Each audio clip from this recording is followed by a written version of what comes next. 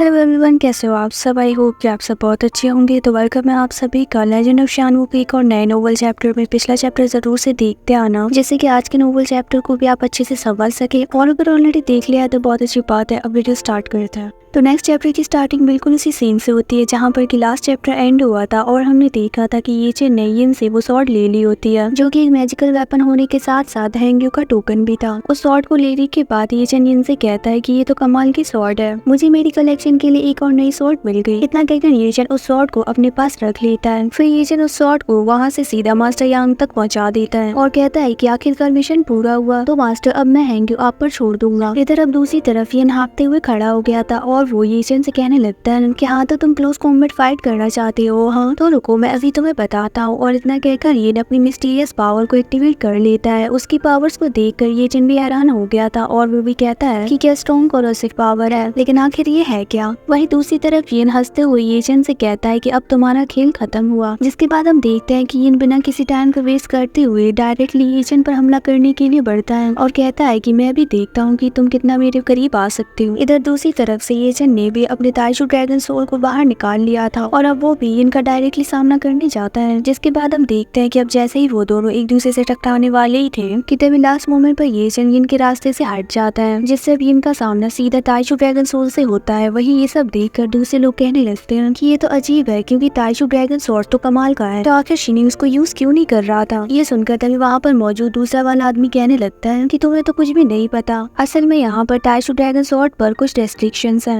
जिसे कि सिर्फ 2 पावर्स के जरिए हटाया जा सकता है, जो कि सिर्फ इसके ओनर यानी कि यिन से होगा। वहीं दूसरी तरफ हमें हैंग्यू के सुप्रीम एल्डर को दिखाया जाता है, जिनसे कि हैंग्यू के एक एल्डर कहते हैं कि सीनियर ब्रदर, अब हमें क्या करना चाहिए। इस पर तभी सुप्रीम एल्डर कहते हैं कि चिंता मत करो, हमने इसको बैरियर में ट्रैप कर लिया है और ये कहीं भी भाग नहीं सकता। मैं ताइशू ड्रैगन स्वॉर्ड को इसके ब्लड को ड्रेन करने के लिए यूज करूंगा।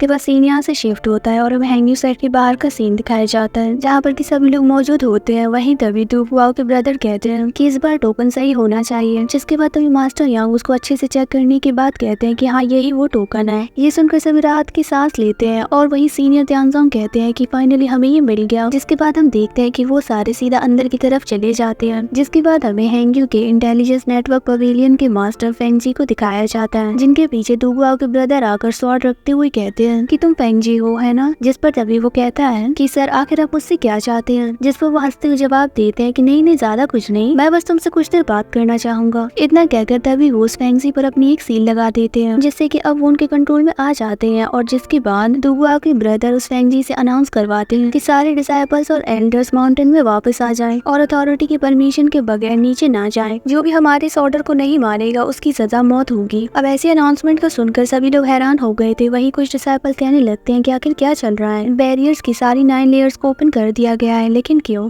जिस पर तभी दूसरा डिसाइपल कहता है कि किसे पता क्या हुआ, ये सारे सीनियर्स के मैटर है, चलो हम वापस माउंटेन पर चलते हैं। जिसके बाद तभी सीन यहाँ से शिफ्ट होता है और हमें सेकंड एल्डर हैंग तियान को दिखाया जाता है, जिनके पास एल्डर तियानजोंग और सीनियर जोंगजियांग आए हुए होते हैं। अब उन्हें वहाँ पर देखकर एल्डर हैंग तियान उनसे पूछते हैं कि आखिर तुम लोग कौन हो और यहाँ पर किस मकसद से आए हो। जिस पर तभी सीनियर जोंगजियांग जवाब देते हुए कहते हैं कि मैं आपसे किसी को मिलवाना चाहूंगा। जिसके बाद तभी वहाँ पर एंट्री होती है मास्टर यांग की और वो कहते हैं कि एल्डर हैंग तियान, ये मैं हूँ। मास्टर यांग को देखकर एल्डर को तो बहुत बड़ा शौक लगता है और वो कहते हैं कि तुम यहाँ पर क्या कर रही हो। जिस पर तभी मास्टर यांग उन्हें जवाब देते हुए कहते हैं कि आँख के बदले आँख, मैं इतने लंबे समय से सिर्फ इसी दिन के लिए इतनी डिसरिस्पेक्टफुल लाइफ को जी रहा था। जिस पर एल्डर हैंग तियान पूछते हैं कि लेकिन क्यों। जिस पर मास्टर यांग जवाब देते हुए कहते अगर मैं ये सब कुछ दोबारा से कर सका तो मैं ये चन को सपोर्ट करना चूज करूंगा। उनकी बातों को सुनने के बाद एल्डर हैंग तियान कहते हैं कि फैक्ट्स ने ये प्रूव कर दिया है कि इन कमांडर इन चीफ बनने के लायक नहीं है, लेकिन ये तो बहुत बुरा हुआ कि अब बहुत ज्यादा देर हो चुकी है। जिस पर तभी मास्टर यांग कहते हैं कि नहीं, अभी उतनी ज्यादा देर नहीं हुई है, मास्टर ये चन मरा नहीं है। ये सुनकर एल्डर हैंग तियान एकदम से दंग रह गए थे और वो कहते हैं कि क्या तुमने अभी अभी क्या कहा, जरा दोबारा कहना तो। क्या ये चन सच में नहीं मरा, लेकिन ये कैसे पॉसिबल है। जिस पर तभी मास्टर यांग जवाब देते हुए कहते हैं कि मास्टर, आप मुझे अच्छे से जानते हैं, अगर मैं पूरी तरीके से श्योर नहीं होता तो मैं यहाँ पर वापस कभी नहीं आता। और मैं आपको बता दूं कि ये चन सिर्फ जिंदा ही नहीं, पहले से ज्यादा स्ट्रॉन्ग भी हो गया है। वही किलिंग और शिन्यू है, साथ ही वो यान हुआंग का होली मास्टर भी। ये सुनकर एल्डर हैंगटियन का मुंह खुलाकर खुला रह गया था और वो कहते हैं कि क्या कहा, यान हुआंग का होली मास्टर, लेकिन ऐसा कैसे हो गया। जिसके बाद सीन यहाँ से शिफ्ट होता है और हम देखते हैं कि आसमान में बहुत सारे पोर्टल्स ओपन होते हैं और उन पोर्टल्स में से मॉन्क्स की बहुत बड़ी आर्मी बाहर आती है, जिन्हें देखकर हैंग्यू डिसाइपल कहते हैं कि अब ये कहाँ से आ गए। जिसके बाद तभी फेंग शाओ सबको ऑर्डर देते हुए कहते हैं कि माउंटेन और बाकी सभी जगहों को अच्छे से घेर लो और तुम सभी ध्यान से सुनो कि अगर किसी ने भी जबरदस्ती की तो वो वही मारा जाएगा। उन्हें देख एल्डर्स कहने लगते हैं कि ये तो शाओ फेंग है। जिसके बाद हम देखते हैं कि वो सभी लोग उनके ऑर्डर को फॉलो करना शुरू करते हैं और वो अंकल शाओ फेंग को रिपोर्ट देते हुए कहते हैं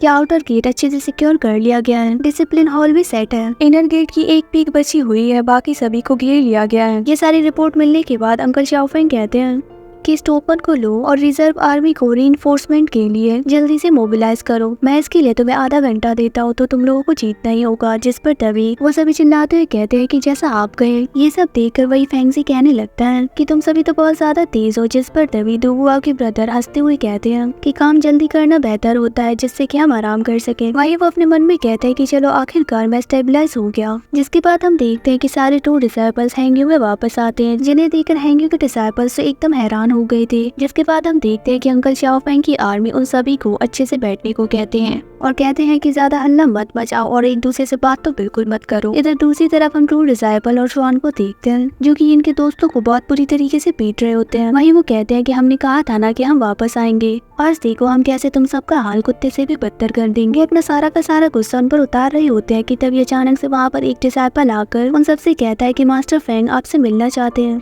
जिस पर सीतोनन कहते हैं कि हाँ हम अभी आए। जिसके बाद हम इनके दोस्तों को देखते हैं जिनका हाल बहुत ज्यादा बुरा हो गया था। वहीं वो सारे जाते जाते उनमें से एक को एक जोरदार किक भी करते हैं। जिसके बाद हम मास्टर यांग और बाकी सीनियर्स को देखते हैं, जहाँ पर कि मास्टर यांग एल्डर से पूछते हैं कि मास्टर क्या ये पावर हैंग्यू को कंट्रोल करने के लिए काफी है। पर तभी एल्डर हैंगटियन मास्टर यांग से पूछते हैं कि क्या सच में ये चंद जिंदा है। जिस पर मास्टर यांग उन्हें जवाब देते हुए कहते हैं कि हाँ बिल्कुल, इनफैक्ट वो तो अभी इनसे फाइट कर रहा है। अगर ये चंद हैंग्यू के एंसेस्टर को यहाँ से बाहर ले जाने में कामयाब नहीं हो पाता तो हमें इतनी आसानी से सक्सेस नहीं मिलती। अब उनकी बातों को सुनने के बाद एल्डर हैंगटियन कहते हैं कि उसने अपने आप को इतनी बड़ी खतरे में डाला, क्या कमाल का करेज है।